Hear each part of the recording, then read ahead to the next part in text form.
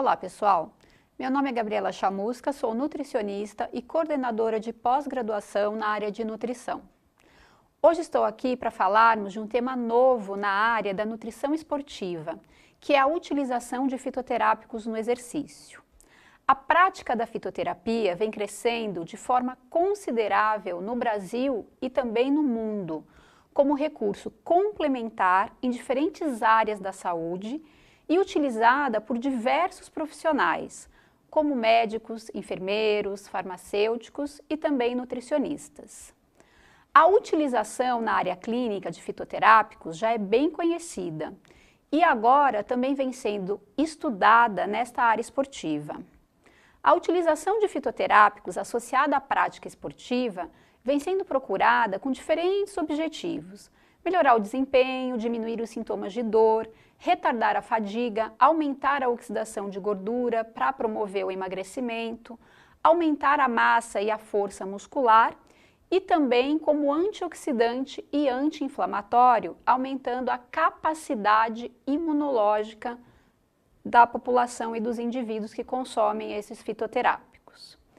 Entre os fitoterápicos que podem ter ação adaptógena, ou seja, reduzindo a fadiga central e aumentando o tempo de resistência ao esforço, estão alguns fitoterápicos conhecidos. O Panax ginseng e a Rhodiola rosea são os principais fitoterápicos utilizados hoje com esta ação. Já os fitoterápicos anabólicos, temos o Tribulus terrestris, a Euricoma longifolia, a Bulbene natalensis e a Cordyceps sinensis. Os fitoterápicos com ação termogênica também vêm sendo utilizados e estudados associados ao exercício, promovendo o emagrecimento. Entre estes temos o chá verde, o guaraná, erva mate, capsaicina, o citrus aurantium. Dentre os fitoterápicos com ação imunomodulatória e anti-inflamatória, temos a romã, a semente de uva, rosa silvestre, a equinácea, o Panax ginseng, o gengibre e o açafrão. Sem dúvida nenhuma, precisamos ainda ter muita cautela e mais estudos referente a estes mecanismos de ação, dosagens e efeitos colaterais em relação aos fitoterápicos. E também como eles devem ser utilizados associados a esta prática esportiva. Lembrando também que os nutricionistas precisam seguir toda a legislação referente à prática da fitoterapia de acordo com as resoluções do CFN. O nutricionista, para prescrever fitoterápicos, precisa ter o título de especialista em fitoterapia e prescrever somente os fitoterápicos de registro simplificado e que sejam isentos de prescrição médica de acordo com a instrução normativa da Anvisa. O nutricionista, mesmo com esse título de fitoterapia, não poderá prescrever fitoterápicos de venda sob prescrição médica, como, por exemplo, a equinácea citada aqui neste vídeo. Procure, então, sempre se atualizar em relação a esta legislação e pesquisas científicas para terem segurança e eficácia nessa prescrição de fitoterápicos na área esportiva. Olá, eu sou a professora Gabriela Chamusca, nutricionista, coordenadora do curso de prescrição de fitoterápicos e suplementação nutricional aplicado à prática clínica e à prática esportiva. A ideia desse curso surgiu de uma necessidade aí no mercado da atuação do profissional de nutrição nessa área da fitoterapia e da suplementação nutricional. Hoje, o profissional que atua aí na área de fitoterapia, ele precisa ter um conhecimento para atuar nessa área e até mesmo um título de especialista para atuação nessa área, e para isso depende então de todo esse conhecimento em fitoterapia aplicada à nutrição e também da suplementação nutricional. Muitas vezes, hoje na nutrição, o nutricionista ele deixa de avaliar as necessidades nutricionais diferenciadas de um indivíduo com alguma patologia, com alguma doença, ou mesmo um atleta ou um praticante de atividade física. E é muito importante na atuação profissional existir essa diferenciação e essa avaliação dessa necessidade, então, de utilização de um fitoterápico ou de uma suplementação nutricional. O nosso curso ele vai, portanto, abordar esses temas sem deixar de abordar todo o conhecimento básico para que isso possa ser feito, como a bioquímica, a fisiologia, o metabolismo e a fisiopatologia e até mesmo o exercício físico. Nós vamos abordar então esses temas de fitoterapia e suplementação na saúde, na doença e na performance. Isso vai acontecer durante 18 meses, o nosso curso ele tem a duração então de 1 ano e meio, com 18 aulas, uma vez por mês, aos sábados e domingos, das 8 às 18 horas, para que a gente possa então conversar sobre a fitoterapia e suplementação em cada uma destas áreas. Sem dúvida nenhuma, esse curso vai trazer para você uma experiência muito diferenciada profissionalmente, visto que esses temas, fitoterapia e suplementação, são muito pouco abordados na graduação aí na Faculdade de Nutrição. Portanto, ele seria um tema aí muito importante para ser estudado e conhecido na pós-graduação. Esperamos vocês então aí para fazer o nosso curso e com certeza vocês vão gostar muito aí de atuar e conhecer essa área da prescrição de fitoterápicos e suplementação nutricional. Olá, meu nome é Vanessa Coutinho, sou coordenadora do curso de Nutrição Clínica, Metabolismo, Prática e Terapia Nutricional. Eu sou nutricionista, assim como você. Sou graduada pelo IMEC, no Rio Grande do Sul, mestre e doutora em Ciência dos Alimentos pela USP, pelo Departamento de Bioquímica da Faculdade de Ciências Farmacêuticas. Eu sou diretora e proprietária da VFC Cursos e Consultoria e também do Instituto de Nutrição Vanessa Coutinho. Estou aqui para lhe fazer um convite a você, nutricionista, que necessita estar apto ao mercado de trabalho e apresenta curiosidade em busca do conhecimento para sua atuação profissional. Nossa pós-graduação oferece atualização científica, com ênfase na prática clínica, oferecendo a oportunidade do seu melhoramento profissional e aprendizado a partir dos conhecimentos adquiridos.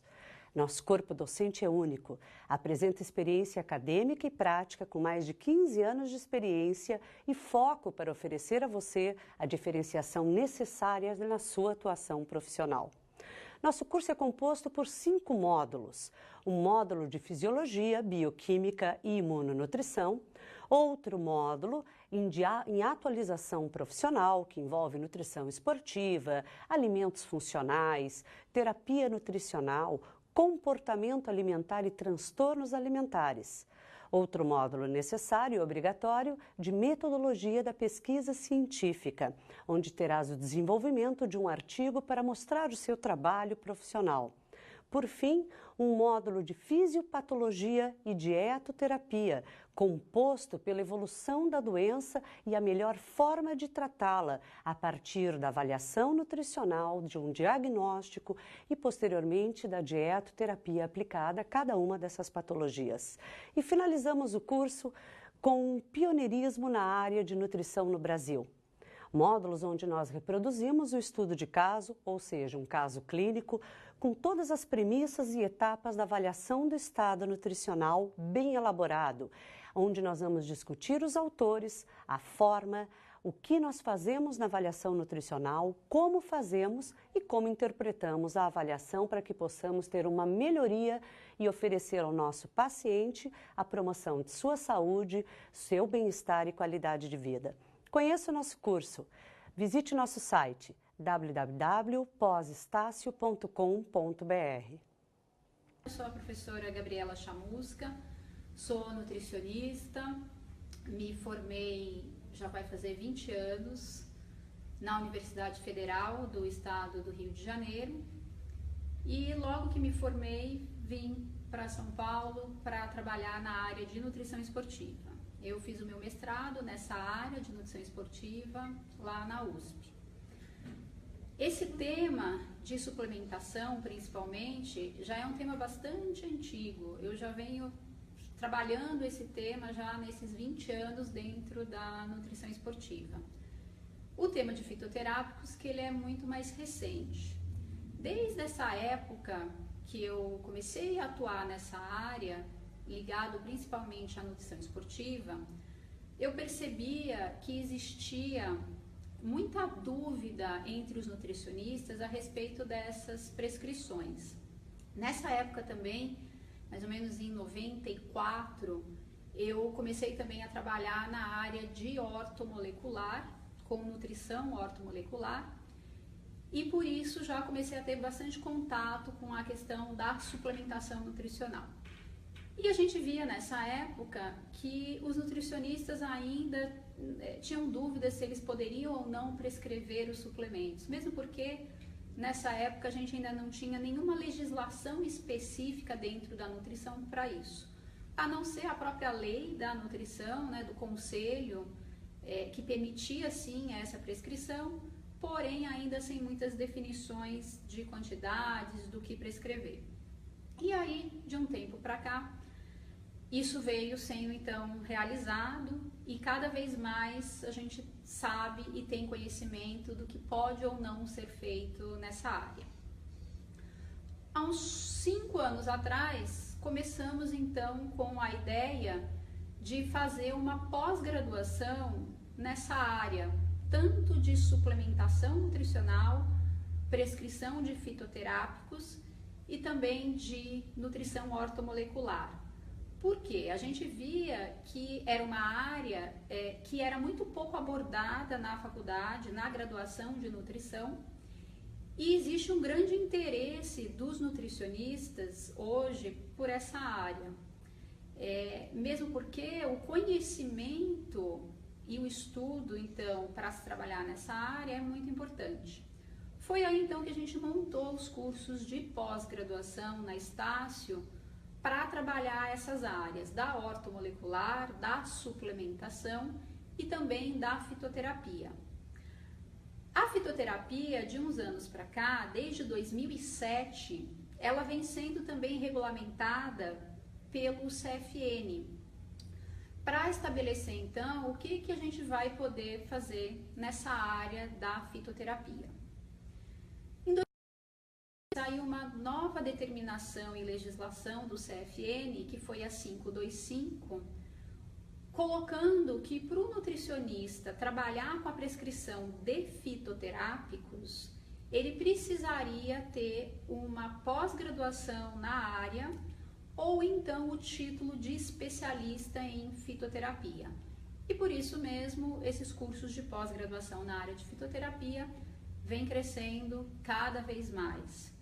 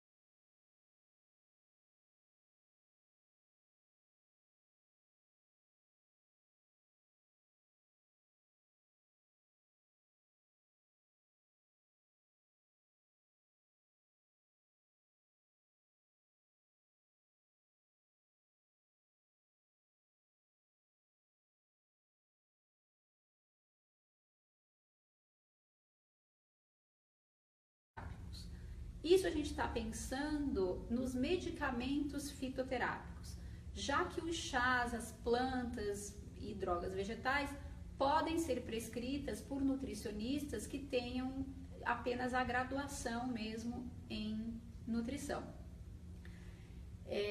Hoje a gente ainda não tem a regulamentação ainda definida para a obtenção desse título de especialista em fitoterapia.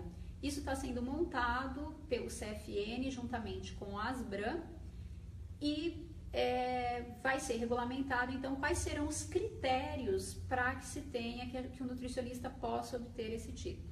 De qualquer forma, a gente sabe que para isso vai ser considerado aí, eles vão considerar para a obtenção desse título alguns critérios como currículo, conhecimento dentro dessa área de fitoterapia. Então, mesmo a pós-graduação não sendo mais suficiente,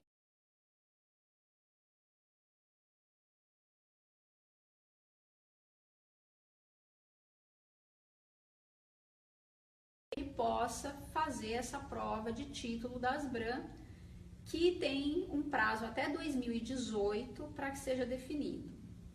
Essa 556, publicada em maio do ano passado, ela também deu um prazo de 3 anos para que essa regulamentação comece a valer. Então, essa é a primeira questão, né? Quem é que vai poder ou não prescrever esses medicamentos fitoterápicos, né? Então, somente os nutricionistas que tiverem um título de especialista nessa área que vão poder prescrever esses fitoterápicos. Quem já tem a pós-graduação nessa área ou tenha se matriculado numa pós-graduação anteriormente a essa data de publicação da 556, que foi no dia 14 de maio de 2015, poderá prescrever então esses fitoterápicos. E todos aqueles nutricionistas que no futuro venham a ter o título de especialista em fitoterapia. Outro ponto importante que a gente não pode esquecer é o que esse nutricionista vai poder prescrever de fitoterápicos. Não é qualquer tipo de fitoterápico que o nutricionista pode prescrever. O nutricionista deve prescrever somente os fitoterápicos que sejam registrados pela Anvisa de forma simplificada. Existe uma lista de medicamentos fitoterápicos de registro simplificado. São esses os medicamentos fitoterápicos que o nutricionista poderá, então, prescrever desde que ele tenha essa pós ou esse título de especialista em fitoterapia. Hoje, essa lista ela vem sempre atualizada, a última versão foi publicada em 2014 pela Anvisa, então é importante que o nutricionista sempre acompanhe essas listas, né, de prescrição para saber de fato o que pode ou não pode ser prescrito. Os medicamentos fitoterápicos de registro simplificado que dependam de prescrição médica, estes o nutricionista não pode prescrever, mesmo que ele obtenha o título de especialista ou tenha a pós-graduação. Alguns outros fitoterápicos que não podem também ser prescritos são aqueles que têm uma indicação tópica, que não seja via oral. Mesmo que esses fitoterápicos não dependam de uma prescrição médica, ele sendo tópico, não pode ser prescrito pelo nutricionista. Outra questão aí importante é o porquê de prescrever estes fitoterápicos. Sempre a prescrição ela deve estar aliada e associada à prescrição dietética. Então, na verdade, a utilização de fitoterápicos, ele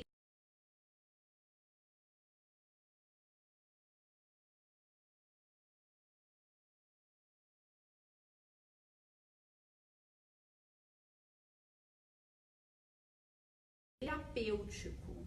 Então, a ideia dessa prescrição é que ela esteja associada a uma necessidade nutricional imposta aí pela dieta de forma individualizada.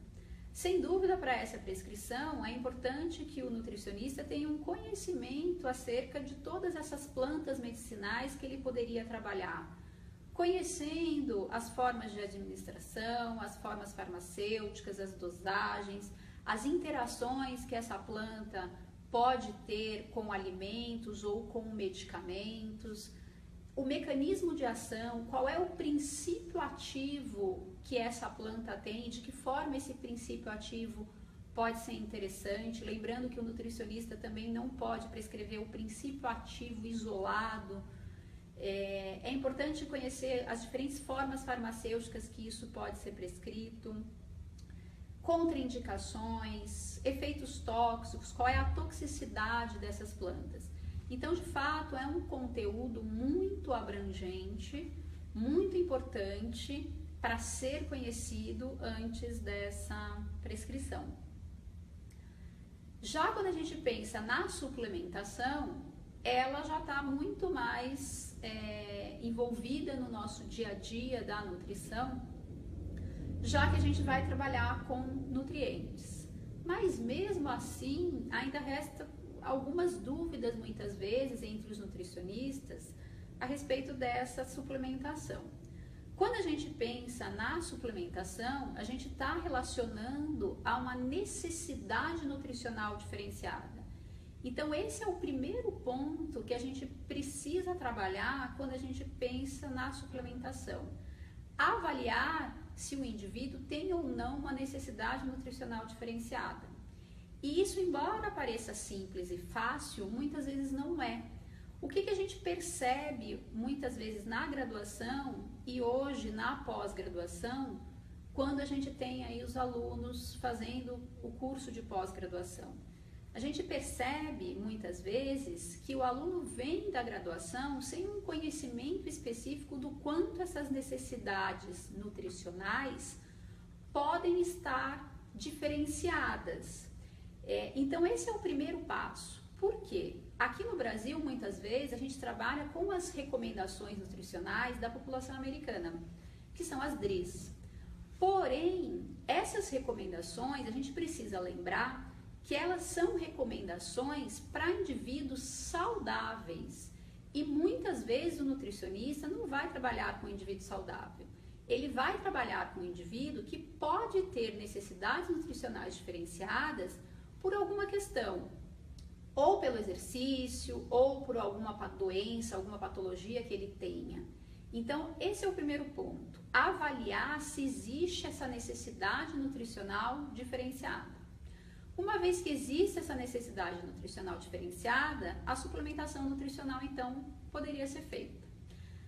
Primeira questão é a gente saber o que podemos prescrever. Quais são os suplementos nutricionais que podem ser prescritos pelo nutricionista? São os suplementos à base de nutrientes, proteínas, aminoácidos, carboidratos, fibras, lipídios, ácidos graxos, vitaminas, minerais. Estes são os suplementos que o nutricionista pode trabalhar. Aqui no Brasil, a gente não tem uma legislação específica da Anvisa, uma classificação específica para suplementos, como a gente tem, por exemplo, nos Estados Unidos. Aqui no Brasil, todos os suplementos são registrados na Anvisa ou como alimentos ou como medicamentos. O que vai diferenciar o produto ser registrado como alimento ou como um medicamento? A quantidade de nutrientes que tem nesse produto. Todo produto que tem mais de 100% das recomendações nutricionais da Anvisa, que é a portaria 269 da Anvisa de 2005, todos os produtos que tenham mais de 100% dessa portaria precisam ser registrados como medicamentos. E os que têm até 100% são registrados como alimentos. Todos os suplementos registrados, os produtos registrados como alimentos, podem ser prescritos pelo nutricionista. Já os produtos registrados como medicamentos, nem todos podem ser prescritos. Porém, alguns podem sim ser prescritos.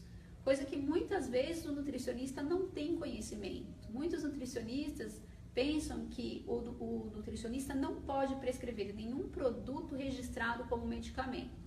Quais seriam os produtos registrados como medicamentos que o nutricionista pode prescrever?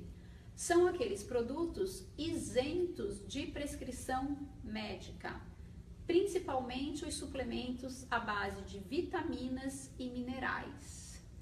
Estes produtos registrados como medicamentos podem ser prescritos desde que eles não ultrapassem o limite máximo de segurança registrado na portaria 40 da Anvisa de 1998. Quando a gente pensa na prescrição magistral, isso também vale. O nutricionista só pode suplementar, só pode prescrever suplementos no máximo com esta quantidade determinada pela portaria 40. A portaria 40 só definiu o limite máximo de tolerância para vitaminas e minerais. A gente ainda não tem definido o limite máximo de suplementação para os outros nutrientes. Então a gente consegue ver que a gente tem vários pontos importantes que precisam ser avaliados e trabalhados em relação a essa prática da suplementação e da fitoterapia. E é essa exatamente a ideia do nosso curso.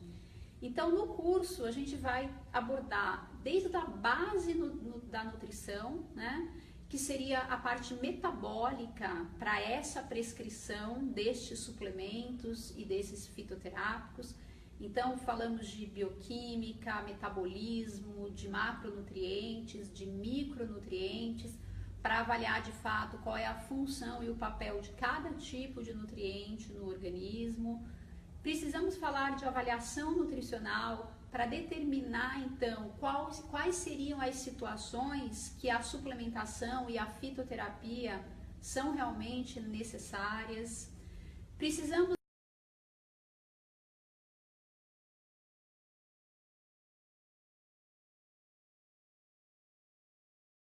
uma área clínica. Então a gente precisa também, trabalhamos também no curso a fisiopatologia das doenças e o exercício físico. Então a gente tem uma base da fisiopatologia para entender de que forma as doenças alteram as necessidades nutricionais, pensando no metabolismo e na bioquímica, e também de que forma o exercício altera as necessidades nutricionais, pensando também nessa demanda do exercício, diferenciando os diferentes tipos de exercício, objetivos, o metabolismo relacionado a cada prática dessa, até mesmo o conhecimento e entendimento de uma planilha de treinamento. A partir dessa base, então, nós vamos trabalhar cada um desses aspectos, tanto da fitoterapia como da suplementação para a saúde, para a doença e para a performance. Então, nós vamos trabalhar de que forma os fitoterápicos podem ser utilizados, associados, complementando a dieta em cada uma das doenças.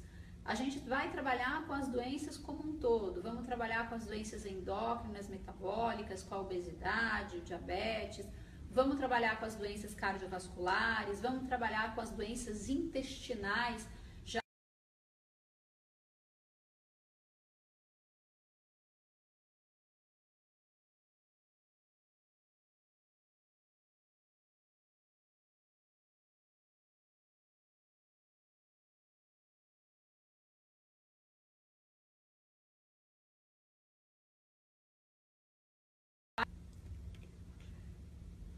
Desculpa, gente, que a gente estava com um probleminha aqui numa conexão, mas acho que agora voltou. Vamos também a saúde pensando nos ciclos de vida, né? Então vamos avaliar a infância, já antes a gestante, a infância, os adultos, os idosos, as mulheres, de que forma o ciclo de vida altera as nossas necessidades nutricionais, quais seriam então essas necessidades e de que forma a gente vai precisar dos suplementos nessas fases de vida e de que forma também os fitoterápicos poderiam ser utilizados nesses períodos ou contraindicados nesse período. Então existem muitos fitoterápicos, por exemplo, que são contraindicados na gestação e isso precisa então ser avaliado. E por último, trabalhar a parte esportiva, a utilização de fitoterápicos e dos suplementos nutricionais nessa prática esportiva. Bom, acho que a gente falou um pouquinho então de cada ponto que é importante o conhecimento em relação a essa prática da fitoterapia e da suplementação. Hoje é um tema realmente muito procurado por nutricionistas e muita coisa ainda vai mudar, então por isso é muito importante o estudo, o conhecimento científico, né, de toda essa parte da fitoterapia e da suplementação, que ainda é muito recente, muito nova, até mesmo pensando na legislação, ainda tudo é muito recente. Então, da suplementação, a gente já tem uma legislação um pouco mais definida, mas mesmo assim, muita coisa falta. Então, é importante a gente acompanhar isso. E, sem dúvida nenhuma, a pós-graduação é uma forma muito importante para a gente acompanhar. Já que na pós-graduação, a gente tem professores que trabalham tanto com a pesquisa científica, como com a prática clínica de atendimento. Então, é um contato e uma troca muito importante para o profissional que queira entrar nessa área, já que é uma área muito pouco abordada na graduação e por isso traz sempre muitas dúvidas e questionamentos dos nutricionistas nessa área. Hoje nós vamos conversar sobre um tema bastante polêmico que tem acometido a rede e eu tenho recebido e-mails e solicitações sobre o esclarecimento. O impacto do óleo de coco em nossa saúde. Presta atenção, não existe alimento milagroso, mas é fato, existem algumas contribuições que as substâncias alimentares, nutrientes, compostos bioativos, a composição natural do alimento pode contribuir e causar um efeito na nossa saúde. Vamos discutir um pouquinho então sobre esse tema tão polêmico que tem causado confusão, mas que infelizmente já está sendo amplamente praticado e divulgado nos consultórios em áreas de saúde. O que a gente vê, né? O coco vem de origem asiática, africana, veio trazido ao Brasil em 1553 pelos portugueses. Fantástico, um alimento saboroso, presente na culinária brasileira, agora mais do que nunca de introdução na Bahia, mas que expandiu ao Brasil devido aos seus benefícios. Ele contém vitaminas, quase 50% do coco é água, contém minerais, sais minerais, mas também tem um outro componente que é a gordura do coco. E é aí que causa a grande polêmica. O que vem a ser a gordura do coco, o óleo de coco, a manteiga de coco? Como que a gente pode utilizar isso e qual é a sua composição? Ele é obtido a partir da polpa. O grande diferencial é o tipo de gordura que contém o óleo de coco. Que tipo de gordura é esse? Ele contém ácido láurico, mirístico, monoláurico, palmítico. A gordura do coco ela é bastante importante para a contribuição e o efeito à saúde. Esse tipo de ácidos graxos que compõem o óleo de coco, eles são identificados como ácidos graxos de cadeia média, conhecidos também como triacilgliceraldeídos de cadeia média. Pois bem, preste atenção, nós temos ácidos graxos de cadeia curta, cadeia muito curta, cadeia média, cadeia longa e cadeia muito longa. Difere na nossa saúde o efeito dessas gorduras. De acordo com o tipo de gordura, ela vai causar um impacto, ela vai causar um efeito na nossa saúde. Esse efeito interfere no sistema neurológico, como substrato energético, como precursor de uma série de componentes, inclusive hormonais, no controle de peso corporal, na saciedade, como pré-componentes na formação e síntese de novas substâncias. Mas o importante é a gente entender especificamente, quando se compara tipos de gorduras diferentes, esse efeito que nós temos no nosso organismo. Então, a gordura de cadeia média, do óleo de coco, da composição do coco, como eu já citei, rico no láurico, monoláurico, rico no palmítico, mirístico, predominante no coco, trazem alguns efeitos benéficos na nossa saúde. Então, muitos estudos vêm já correlacionando, estudos em vivo já vêm correlacionando esses efeitos. Por exemplo, o óleo de coco tem tido uma evidência científica, clínica, bastante reconhecida quanto à ação de alguns fungos, bactérias e alguns vírus que a gente identifica na nossa saúde. Nós temos já bastante estudos e há algum tempo já vendo sendo publicados na ação do Staphylococcus aureus e da Candida albicans, diminuindo a atividade destes. Outras propriedades funcionais estão sendo associadas, como diminuição do colesterol, atividade antioxidante, atividade imunomoduladora, hepatoprotetora, hipoglicemiante e, enfim, cuidado, alimento milagroso. E isso não existe, a gente tem que desmistificar, não vai ter um alimento que substitua toda a necessidade de um conjunto de grupos alimentares e substâncias que devem ser predominantes na nossa saúde. Então prestem atenção. Apesar dos estudos clínicos científicos de grande impacto, né? A gente vê bons periódicos, mas será que o delineamento experimental, ou seja, a forma como esses artigos foi aplicado, pesquisado, será que o autor tinha a mesma hipótese a qual nós estamos utilizando no laboratório de tornar o coco, óleo de coco, TCM, um alimento milagroso?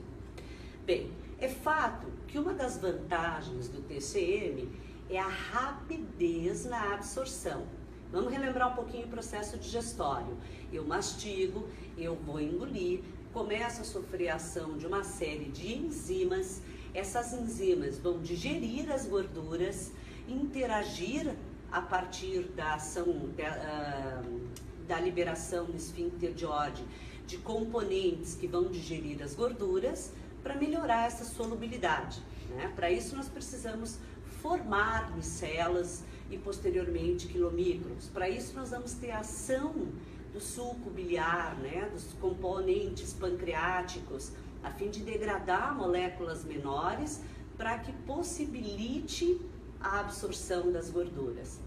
Um desses efeitos acaba por formação de quilomicrons, onde vai ter uma passagem pela camada estacionária aquosa, lá dentro em nível de enterócito no nosso intestino, e que permite aí que isso seja reesterificado e transportado ao fígado para essa gordura ser metabolizada e utilizada pelo nosso organismo. Uma das vantagens do óleo de coco e de gorduras de cadeia média é que elas não necessitam esse mesmo tempo de absorção. Então, só um pouquinho, a pergunta certa é: se eu tenho alguma alteração no aparelho digestório, posso estar questionando o tipo de gordura, e depende do porquê, qual a finalidade eu quero prescrever uma gordura de cadeia média, um ácido graxo de cadeia média, ou conhecido como TCM. Isso vai me ajudar? Qual o impacto? Qual é o resultado disso? Em algumas patologias em que eu tenho um elevado peso corporal ou perda de peso corporal, é interessante eu ter uma reposição mais rápida. Em outros contextos, vamos analisar com calma, um deles, efeito quanto a fungos, bactérias, fatos, vem sendo amplamente estudado, mas não justifica aumentar a demanda de consumo, talvez introduzir junto com outros alimentos. Quanto à discussão de doenças, prevenção de doenças, lembrem-se que alimento não é remédio. Alimento não vai fazer um milagre da noite para o dia. Eu tenho que ingerir com frequência e a longo prazo para que eu tenha um efeito, um resultado no meu organismo. Então vamos parar e pensar e refletir. Alguns estudos, por exemplo, como essa meta-análise, que trouxe aí uma boa revisão, ela realmente nos leva a uma conclusão de que o consumo de TCM proveniente do coco auxilia na perda de peso. Parabéns, que bom que os pesquisadores nos deram essa contribuição, mas a gente não pode perder o senso crítico e fazer disso uma bíblia da nutrição e passar a reproduzir a todos os nossos pacientes. Por quê? Será que esse estudo analisou os outros componentes da dieta? O nível de atividade física? Os padrões genéticos, biológicos, modulares? Será que essa meta-análise considerou a avaliação do consumo alimentar?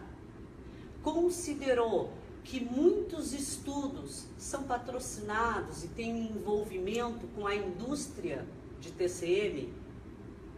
Então a gente tem que ter bom senso, a gente tem que ampliar a nossa leitura para os prós e contra, tentando desenvolver uma opinião crítica, respeitosa aos nossos colegas cientistas, mas aplicável à prática clínica. Então, o primeiro passo é o embasamento científico. O segundo passo é a formação de um senso crítico para o terceiro, que é a aplicação clínica dessas informações. Aqui nós já temos outros estudos que eles combinaram e alegam ter tido, pelo uso do óleo de coco, ter tido um efeito cardioprotetor. Mas veja,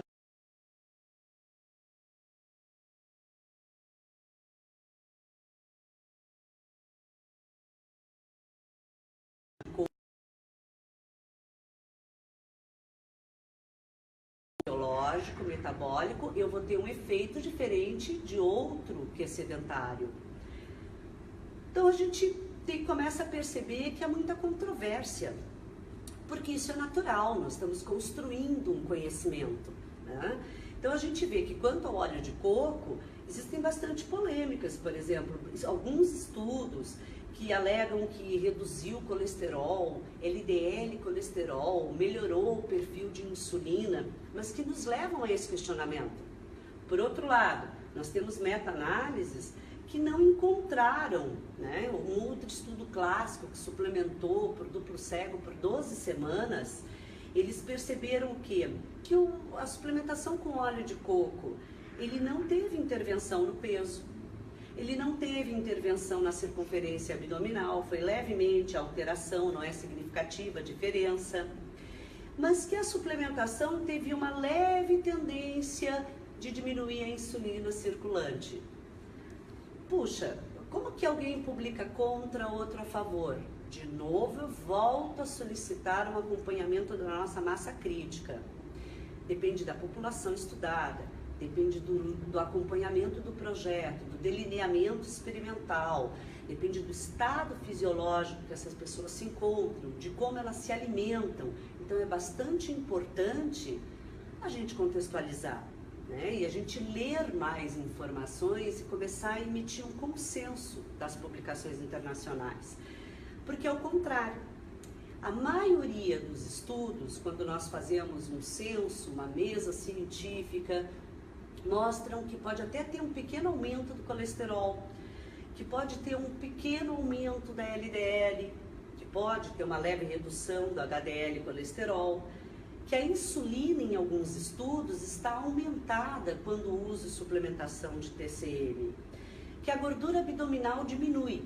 Mas será que isso é estatisticamente significativa, essa redução? E dentre as opções para redução de gordura abdominal, será que esta opção é a mais eficiente? Me auxiliem a formular perguntas, passem para a gente. Meus auxiliares vão conseguir acompanhar, eles podem me passar agora ao vivo o que vocês estão pensando, postem suas dúvidas, vamos conversar. Outra discussão é sobre triacilgliceraldeídos, né? E essa redução que a gente não tem encontrado efetivamente. Para contextualizar e a gente já começar a finalizar, outra coisa que nós temos que observar é a população estudada. A maior parte dos estudos que alegam benefícios vem de populações que desde a infância, quase que no desmame, já introduzem o óleo de coco na dieta. São populações asiáticas e africanas, que comumente ingerem o coco, a água de coco, o óleo de coco, o chamado leite de coco na sua alimentação. Então, a longo prazo, isso é um impacto. Agora, dentro de uma dieta mista, rica em gordura saturada, pobre em fibras, rica em sódio, em pacientes sedentários, não se pode comparar o mesmo efeito. A nossa população não tem o mesmo perfil genético, a mesma herança, o mesmo perfil social, os mesmos fatores ambientais. Sequer podemos comparar o nosso IMC no Brasil ou em populações americanas com aldeias africanas e populações asiáticas. Então, de novo, o equilíbrio é bom senso. Por isso eu finalizo dizendo que talvez haja benefícios, não milagrosos.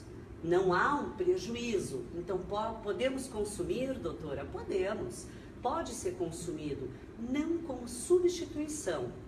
Eu tenho medo do modismo, porque aí isso passa a ter uma supravalorização e as pessoas passam a consumir, a pagar caro por produtos que talvez não sejam mais os melhor indicados para a situação fisiológica que elas necessitam.